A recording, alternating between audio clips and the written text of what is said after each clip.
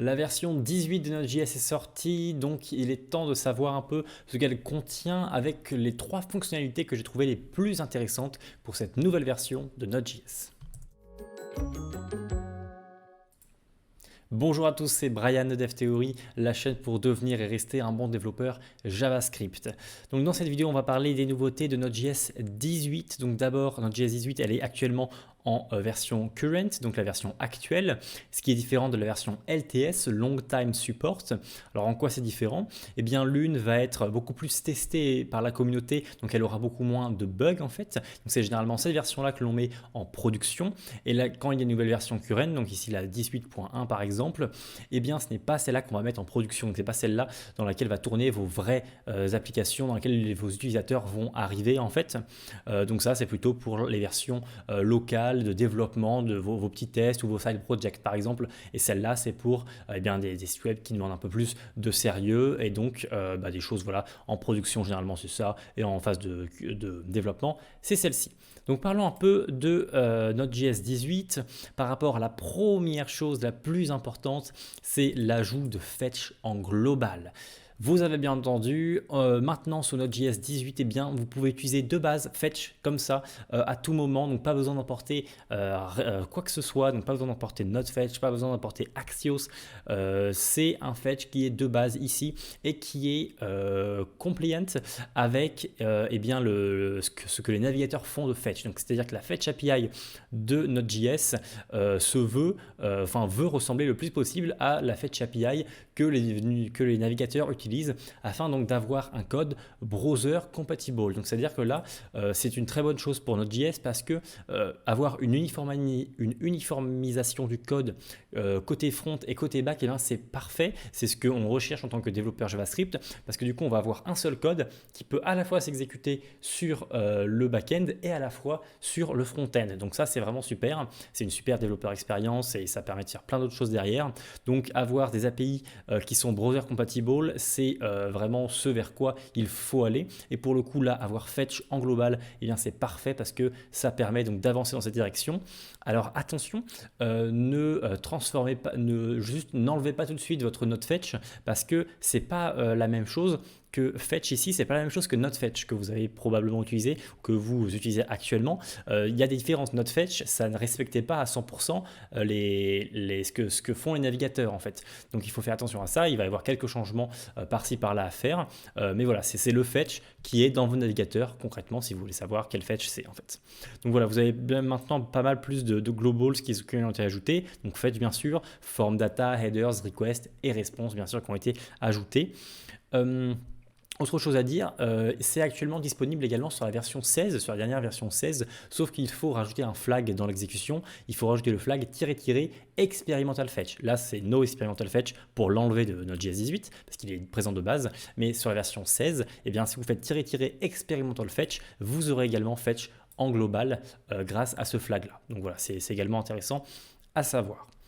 Deuxième chose que je trouve très importante, c'est l'ajout d'un nouveau module interne à Node.js, c'est le test runner. Donc le test runner en gros c'est quoi? C'est une version extrêmement simple de Jest en fait.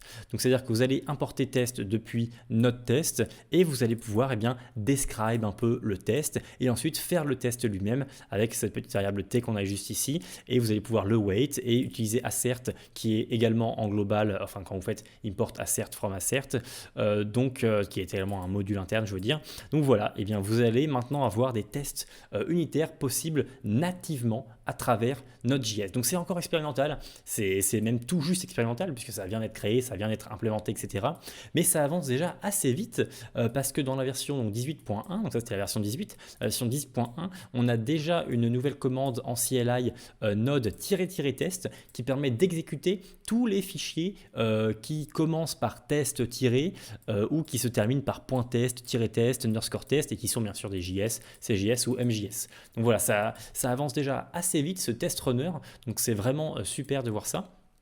Et c'est intéressant de voir comment ça va se développer dans le futur parce que ici ça veut dire simplement que si vous avez des petits tests dans votre application, eh bien vous n'aurez plus besoin de télécharger une librairie externe en fait, vous allez avoir directement ça disponible depuis Node.js, donc c'est intéressant. Après, est-ce que ça ira jusqu'à des choses assez avancées comme d'autres librairies peuvent le faire? à voir, mais en tout cas c'est, je pense, une bonne chose pour Node.js d'avoir ça, parce que quasiment toutes les applications un peu sérieuses eh bien, ont des tests en fait unitaires dans un de leurs dossiers ou quoi que ce soit, ou dans des fichiers. Donc c'est intéressant d'avoir ça depuis Node de base. Dernière chose par rapport à ce petit test runner module, vous l'avez remarqué, il y a ce petit Node de points, ce préfixe là avant d'importer test. Alors j'aimerais en parler parce que je trouve ça intéressant. En fait, ce préfixe, il faut savoir qu'il existe depuis la version 16 et il a même été backporté pour la version 14. Donc c'est-à-dire que ça marche même en version 14. Et qu'est-ce que c'est? Eh bien en fait, c'est un préfixe qui va marcher sur tous les modules internes de Node.js. Donc ça veut dire que si on fait import fs from node.fs, eh bien on va bel et bien avoir notre module fs qui va être importé. Donc fs, http, assert, test, et bien tout ça, ça va marcher.